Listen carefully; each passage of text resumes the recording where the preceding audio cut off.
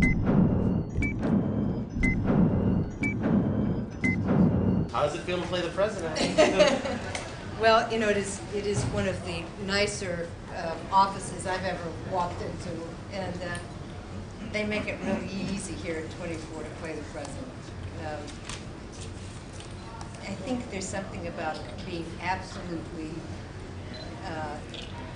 at the height of intensity at almost every moment of one's job that makes it a lot easier if you don't have time to think much. You just sort of barrel through the next crisis, and you know, knowing that Mr. Bauer's out there to save the day makes it a lot easier. But it's so much fun playing the president, and I watched with rapt awe as Obama and Hillary campaigned this past year because of the energy level and the ability to look, you know, ever more youthful at each stop. I don't know how they did it, but only someone with that kind of super energy, I think, could really fill this office. It's amazing. I'm glad I don't have to do it.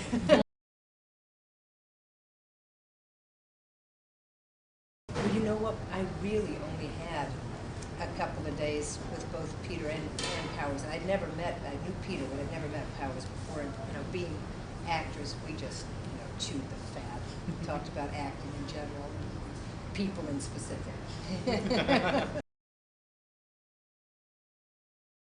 There are times that I think I should be much more exhausted and disheveled and dejected.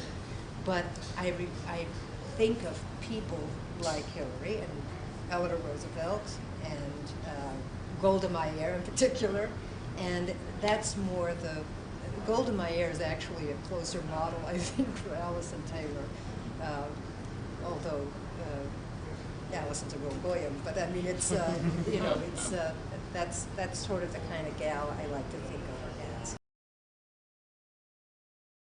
You know what? I took the producer-creator's note to heart, and I don't really, because something could happen in episode 17 that would completely refute everything that I had created for myself. I mean, I honestly, I don't even know what state I was in, you know, but it doesn't matter. It doesn't matter.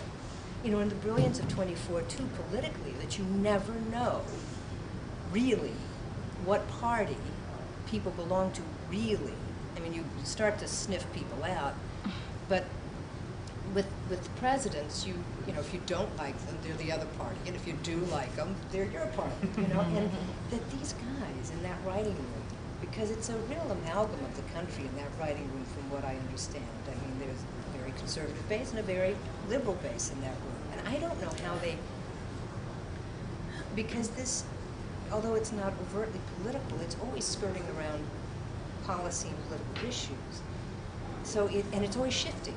You know, you think, oh, it's going this way, no, it's going this, you know, and it's really brilliant how, and I think that's part of the reason why the country has responded to it the way it has, and across such a spectrum of the country, because it really plays very specifically and yet obscurely at the same time with politics. And I don't know how they get away with it, or how they do it, and it's why they're always exhausted, I guess. If I answer in the affirmative, that's bound to be the kiss of death, don't you think? I mean, it's very funny. Jim Lapidus, who's our great costume designer, and just local mensch on the set, has put me in a sort of a wine suit at one point in the show, and he jokingly said that it's like body armor, because they're not going to kill you in a wine costume, because there's just no point. You know, you can't see the blood. There'd be no gain, you know. So I feel like I'm sort of in this impenetrable suit when I wear the red suit, the wine suit. But yeah, you know, I love to come to work here. I wake up giddy in the morning at, you know, 3:30 or whatever it is to get here by 5:15 the days that I have early calls, because it just the atmosphere is very exciting, at the same time feels very familiar. So yeah, I'd love to. Everybody wants to come back. And it's always so sad when people get killed off. I mean, the Dee in makeup was saying that, you know, she's Israeli, she has this gorgeous accent I can't do, but she always says, oh, it's so sad when I have to kill, when I have to put the blood on the He's gotten so fond and they want to stay, and it's so sad.